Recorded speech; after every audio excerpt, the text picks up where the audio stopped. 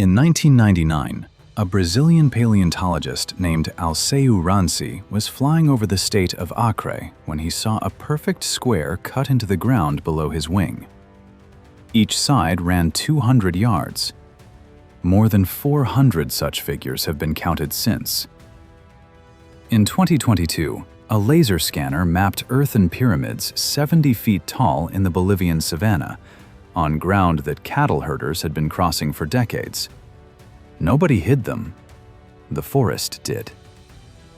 In January of 2024, the journal Science published a map of an Ecuadorian valley holding 6,000 earthen platforms linked by straight roads. They are 2,500 years old. And at the very end, we will give you one number that turns this entire list into a random sample. Picture the map of ancient civilizations from your school textbook. Egypt, Mesopotamia, the Indus Valley, China, Mexico, the coast of Peru. Each one gets its own color, each one gets its own chapter, and the whole familiar picture of the past rests on those 6 patches. Now look at the middle of South America. Green and no label. Are you sure nothing ever stood in that green? You are used to a planet photographed from orbit down to the last yard, to any patch of ground opening on your phone in 2 seconds, to a map with no blank spaces left on it. That feeling has become normal. How many places do you think are left where a city stands under the canopy and nobody knows it? Now the uncomfortable one. How many people have to vanish before nothing is left of them? Not one line of text, and not one name that anyone could say out loud. Start with what is under your feet. Amazonian soil is poor. Rain washes straight through it and carries the nutrients down, below the reach of roots. A farmer who clears a patch of forest and plows it gets 2 or 3 harvests, and then the ground quits on him and he moves off to cut the next patch. The whole region lives that way. For almost 200 years, this single fact was the main proof that no large population could ever have lived here. In 1542, the Spaniard Francisco de Orellana became the first man to travel the Amazon from the Andean foothills to the ocean, and he wrote that the banks were lined with settlements running one after another for tens of miles. Nobody believed him. Decades later, other Europeans followed the same route, found empty forest, and for 400 years, Orellana's account was filed as invention. But dig in the right places, and the picture breaks on the first spade. Under the red clay, there is black earth. It is greasy to the touch. It crumbles between your fingers like ground coffee, and it smells of wet ash.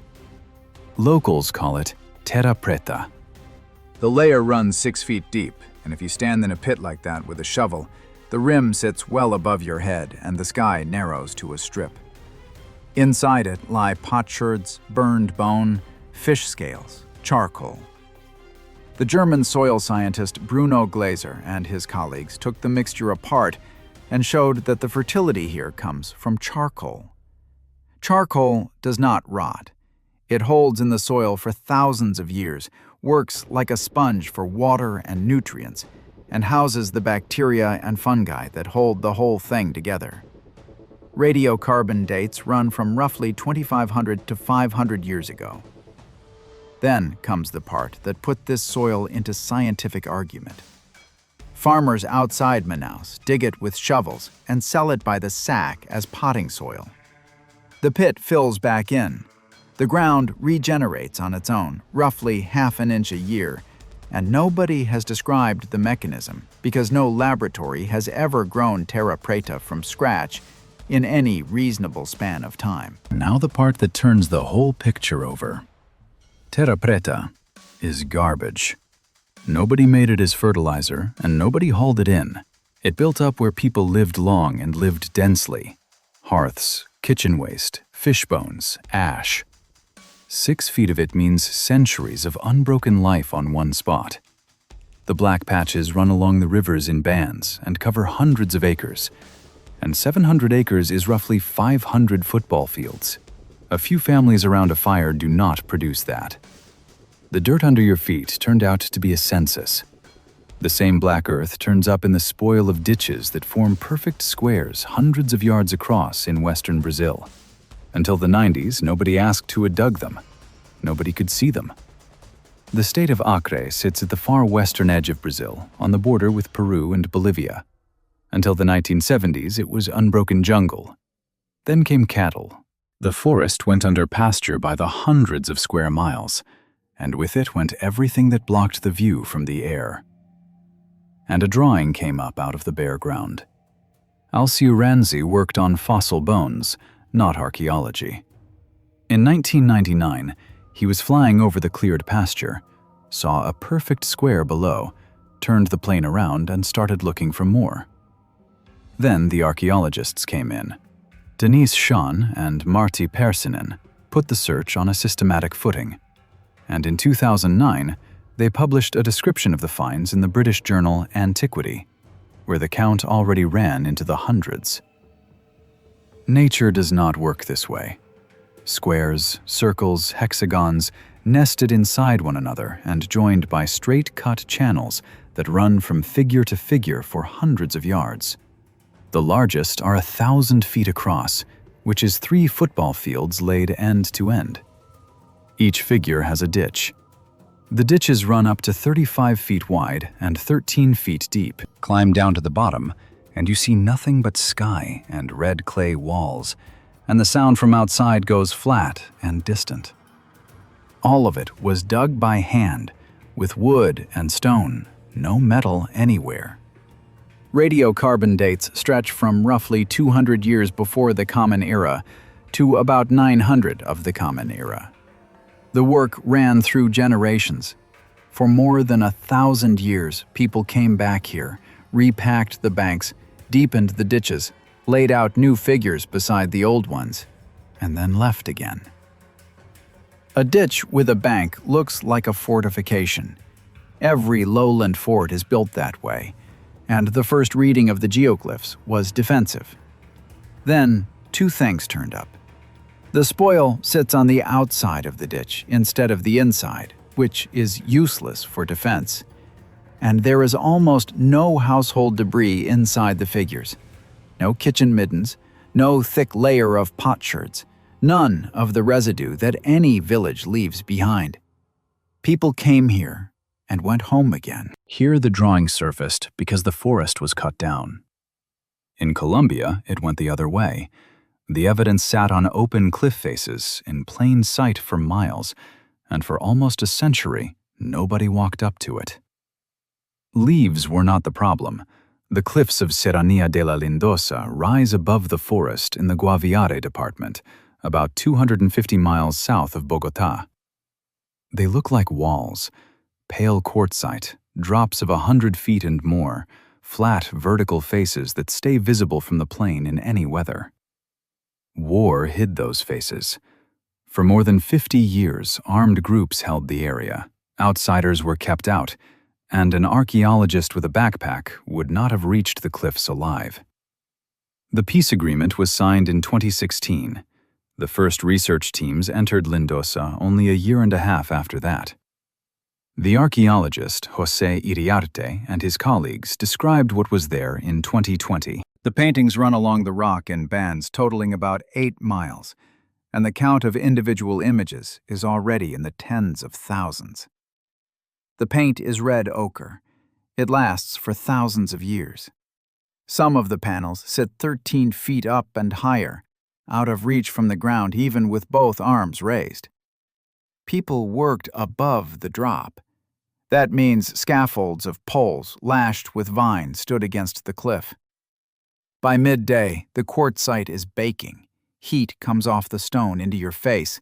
The air smells of dust and dry lichen. And to see the upper row of figures, you tip your head back until your neck aches. The panels hold deer, tapirs, fish, handprints, rows of human figures holding hands, and a few outlines that Iriarte and his team read as Ice Age animals. A giant ground sloth with a heavy body and a thick tail, a trunked animal, a paleolama. There is no agreement on them. Other specialists argue that the rock shows ordinary forest animals and that the heavy outlines belong to capybara and tapir.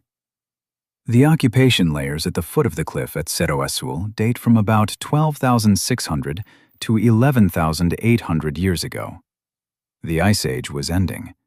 Ice still lay across northern Europe in those centuries, and the first cities of the Near East were 7,000 years away. Pollen from the same layers shows there was no forest here then, no jungle. The painters came into open country with scattered palms and grass, where the horizon ran for miles, and a large animal was visible from far off. Forest closed over that plain after them, across the following thousands of years, and the paintings on the rock are older than the jungle underneath them. The people who stood at this cliff 12,000 years ago left paint on stone and a layer of charcoal in the ground. Nothing else. The question is whether anywhere in the basin the descendants of the builders are still alive and can be asked directly. There is such a place. The Upper Xingu lies in the southeast of the Amazon, in the Brazilian state of Mato Grosso. The Cuicuro live there. In 1993, the American archaeologist Michael Heckenberger came to their village and stayed on in the region for the next 3 decades. The Cuicuro showed him what they took for ordinary landscape: paths, old ponds, long earthen ridges and ring ditches. In 2003 and again in 2008, Heckenberger and his co-authors published in Science a description of the network they had reconstructed from those traces. The pattern repeats everywhere. A large settlement with a plaza at the center, and smaller settlements a few miles out around it. The big ones ran to 120 acres, roughly 90 football fields. A ditch 6 to 10 feet deep ran around the perimeter, and along its inner edge stood a palisade of thousands of logs. The settlements are joined by roads. The roads run straight, aligned to the compass points, with their shoulders marked by low earthen curbs, and over miles they do not drift. The main ones reach 160 feet wide. 160 feet is a 6-lane city avenue with sidewalks on both sides. The wheel was unknown here. There were no draft animals, and everything that moved along that road moved on human backs. A path 3 feet wide would have carried the loads. A road that wide gets built so that people can walk it in ranks and so that it can be seen from one end to the other. Go back to the green patch on the school map. The area Heckenberger described is comparable in size to a small European country, and by his estimate, it held up to several tens of thousands of people at once. The patch stayed empty. All of it was gone within about a century of the Europeans' arrival. Smallpox and measles traveled the river trade routes faster than the Europeans themselves, and in many villages, the disease arrived before the first white man did. By various estimates, the population fell by 90% or more. The ditches silted up, palisades rotted, and fields went under. And 200 years later, travelers walked through here certain they were looking at untouched primeval forest. Walk one of those roads today, and you will see nothing. Leaf litter underfoot. But every few dozen yards, your boot catches a level earthen curb, and it holds a single line for as far as your stride and the light under the canopy will take you. Hands built all of that. Hands had nothing to do with the next two. They are objects nobody ever touched, and that has not made either of them one bit easier to explain than the earthworks were. The first sits in the central Peruvian Amazon, in the basin of the Pachitea River, behind the first ridge of the Andes. The local name is Shane Timpishka. It translates roughly as boiled by the sun, and that name has held up better than any hypothesis geologists have carried in here over the last 100 years. The river runs up to 80 feet wide and 20 feet deep in places. It runs year-round. The hot stretch goes on for about 4 miles. The water reaches 194 degrees Fahrenheit, 90 degrees Celsius, and on some sections, instruments have read 201. A wall of steam stands over the water. The air is hot and wet enough that the first breath scalds your throat. Your glasses fog instantly, and the stones at the bank give off the smell of soaked, heated wood. Anything that falls in cooks. A frog dies in seconds, and its eyes go white first. No volcano is involved.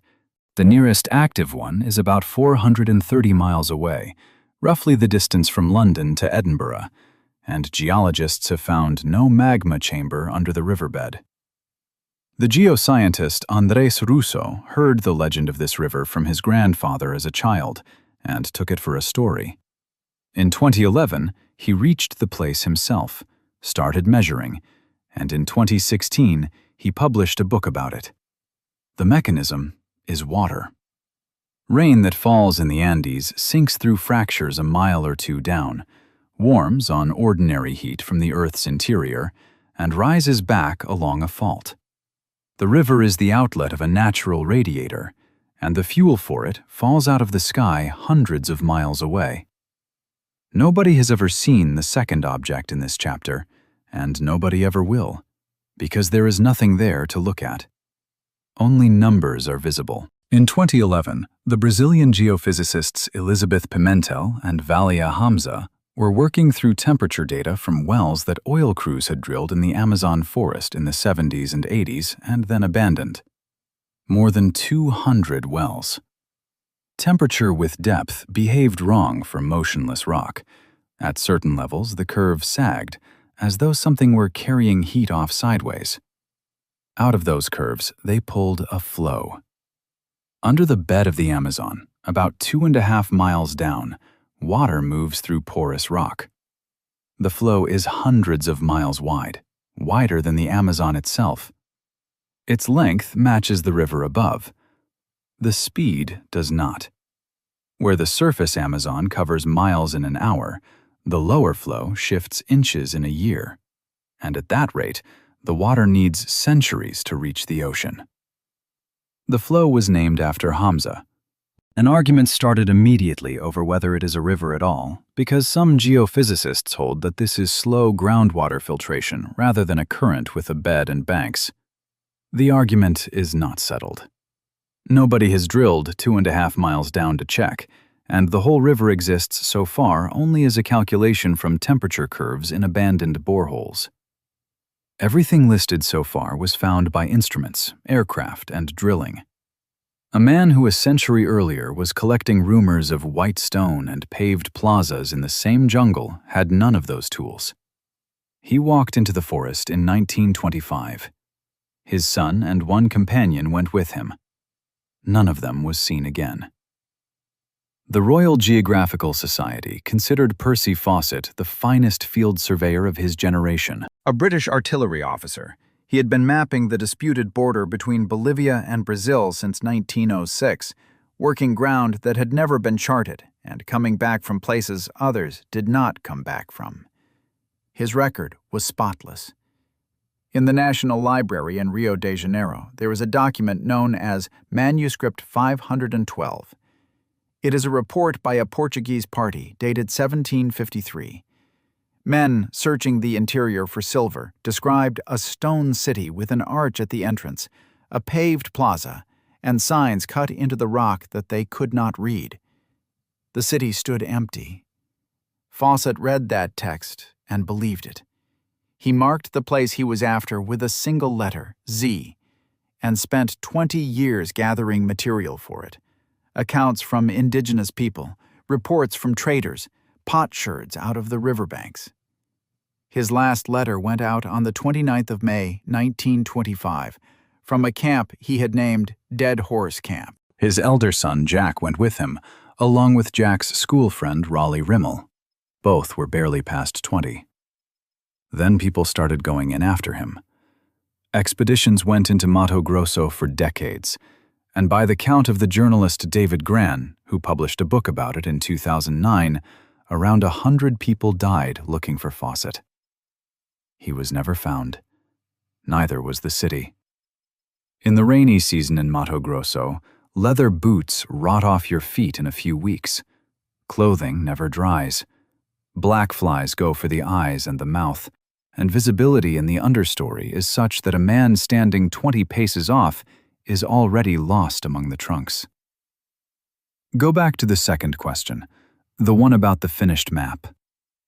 Fawcett looked for a city with his eyes, from the ground, pushing through growth where the horizon is an arm's length away, and that method finds only what you trip over. There was no other way then. But that is not what people laughed at. They laughed at the theory. By the middle of the 20th century, science had settled on the idea that Amazonian soil physically cannot feed a city. A thin, poor layer, 2 or 3 harvests, then exhaustion and departure. The conclusion rested on soil analysis and read like a normal scientific argument. It held for several decades and fell to the same black earth we started with. The answer to Fawcett's question arrived 97 years later. It came from above. An instrument that looks through leaves and reads the ground beneath them brought it, and the first complete picture it produced came not from Brazil, but from the flooded plain of Bolivia. The instrument is called Lidar. A plane or a helicopter flies over the forest and fires hundreds of thousands of laser pulses a second downward. Almost all of them bounce off leaves, but some slip through the gaps, reach the ground, and come back, and the return time gives the height of that point. The machine throws out everything that reflected higher and assembles a model of the bare surface, as if the forest had been lifted off the land like a tablecloth. Llanos de Mojos is a plain in the Bolivian department of Beni, about 300 miles north of Santa Cruz. For half the year, it is dry savanna with scattered islands of forest. Then the rains come, the water rises, and the plain goes under for months with almost no dry ground left on it. Almost.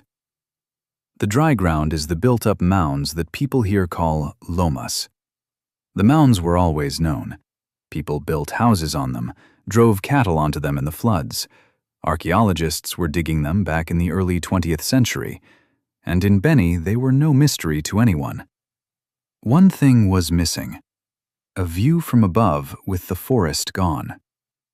In 2019, a helicopter carrying Lidar flew the plain. The German archaeologist Heiko Prumers and his co-authors published the results in the journal Nature in 2022. The survey covered blocks inside an area of about 1,700 square miles, and that was enough to overturn the picture. The forest came off the map. Under the islands of forest were 2 large centers, Cotoca and Landivar. Cotoca is a stepped platform with open ground on top and conical pyramids along the edges. The tallest structure stands 70 feet, exactly the height of a 7-story building. Causeways run out from the centers in every direction. Straight embankments raised above flood level and reaching miles into the savanna, walkable while the entire plain is underwater. Between them are canals and reservoirs. The people who built it are known as the Casarabe culture. They held this ground from roughly 500 to 1400 of the Common Era, nearly 9 centuries running, and the network kept growing the whole time. Then the plain emptied out. The mounds were no secret to anyone. The link between them was. While the forest stood, nobody could see that the lomas are placed to a plan, that the causeways tie them into one network with centers and outskirts, and that what we are looking at is a settlement system with a hierarchy. Lidar did not find a single new mound. It showed the drawing the mounds were laid into. In flood season, you cross this plain knee-deep in warm, muddy water, mile after mile, with not one dry patch underfoot. It smells of standing water and silt. The mosquitoes stand in columns. You climb an embankment to get your legs out of the water and dry off. Prumers and his co-authors called this the earliest known urban system of its kind in the Amazon. 2 years later, the age had to be doubled. Not from the plain.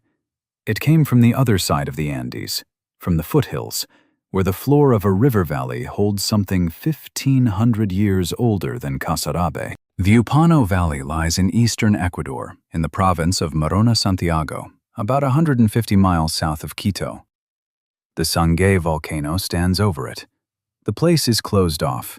The roads are bad, the slopes are steep, and parts of it can be reached only on foot and only in the dry weeks of the year when the trails are not clay. The French archaeologist Stephen Rostand has been digging here since the 90s, shovel and tape measure. He found earthen platforms, measured them by hand, put them on a plan, and over more than 20 years he described a few dozen of them. In 2015, a Lidar survey flew the valley, commissioned by Ecuador's Cultural Heritage Institute. Processing took years. In January of 2024, Rostand and his co-authors published the result in Science, and that result had to be explained all over again to everyone working in the Amazon. Across about 120 square miles, Lidar showed more than 6,000 earthen platforms. The count runs into thousands.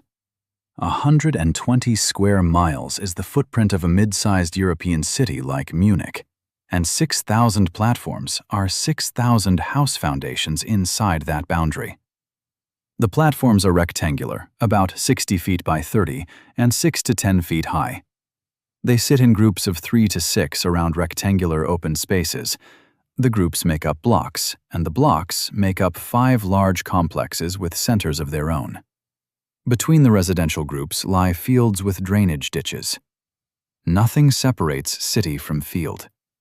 People lived inside their own gardens, and the whole valley worked as settlement and farmland at the same time.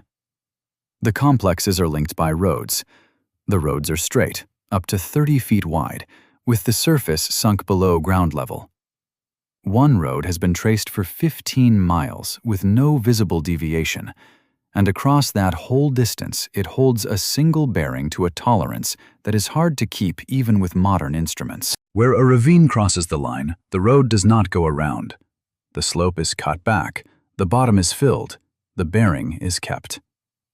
A straight road 15 miles long does not grow out of a footpath. A path bends around obstacles because a man carrying a load walks around a ravine instead of digging it out. Straightness means the whole route was laid out before the first person picked up a digging stick. The network had a plan. Which means there was someone who could keep thousands of people digging to another man's drawing for years and make sure the line did not wander. Radiocarbon dates for the lower layers go back to about 500 before the Common Era, and the upper limit falls around 600 of the Common Era. Over 1,000 years. The oldest platforms are about 2,500 years old, and when the first of them went up, Rome was still an ordinary town on the Tiber and did not hold all of Italy. Population estimates diverge. Figures run from 10,000 people to several tens of thousands living in the valley at once, and the spread holds because what gets counted is house foundations rather than people. Sangay is still active. Ash settles on the leaves in a thin gray film. After rain, the air smells of wet cinders, and walking one of these roads means walking through mud, with the banks rising to shoulder height on either side and a narrow strip of sky overhead. Go back to the third question. From a valley where tens of thousands of people lived at once, and where a road network with right angles was working 2,500 years ago, not one line of text survives. There was no writing here. What these people called themselves we will never know. Rostand worked in that valley for 30 years and knew a few dozen platforms.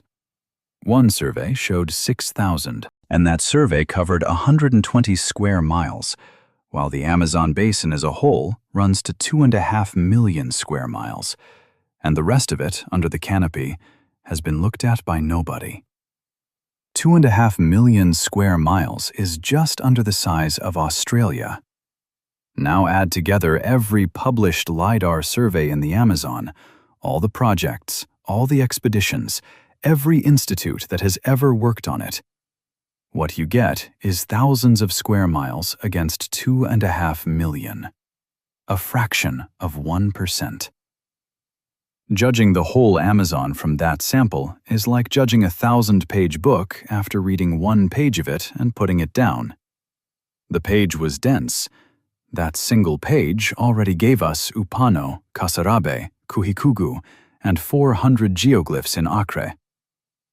In arguments around Amazonian finds, one suggestion comes up regularly: that the straight roads and the regular geometry of the platforms were not built by people of this planet. The facts are these. All of the structures are made of local earth, clay, and wood. The dates come from charcoal in the mounds themselves. In the upper Xingu, the direct descendants of the builders live beside these works. Not one material and not one technology beyond the reach of people of that time has been found on any of these sites. Now, about time. Surveying is slow and clearing is fast, and the two speeds pull further apart every year because only one of them is growing. Brazil's National Institute for Space Research has run satellite monitoring of the forest since 1988. Over those decades, the Brazilian Amazon has lost something on the order of 300,000 square miles of forest, an area larger than Texas. In the worst years, the figure ran past 8,000 square miles in 12 months. A Lidar survey of a single block takes years from application to publication. Years against months. And here, the whole story folds in an uncomfortable way. The acre geoglyphs were seen because the forest was cleared for pasture. Discovery and destruction run the same direction, in the same motion. The difference is that a bulldozer and a plow strip the top few inches of ground along with the banks, the ditches, and the charcoal layers that give the dates. Lidar reads relief. Where there is no relief left, there is nothing to read. In the dry season, smoke stands over the southern Amazon. The horizon disappears. The smoke climbs for miles, settles on car windshields as a gray film, and the smell of burned wood holds in the air for tens of miles from the fire itself.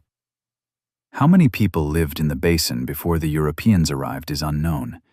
Estimates run from 1 million to 20, a 20-fold spread. It holds because there is nothing to count. Settlements were built of earth and wood, there was no writing, and the people who could have described themselves died of imported disease before anyone got a question to them. Go back to the second question.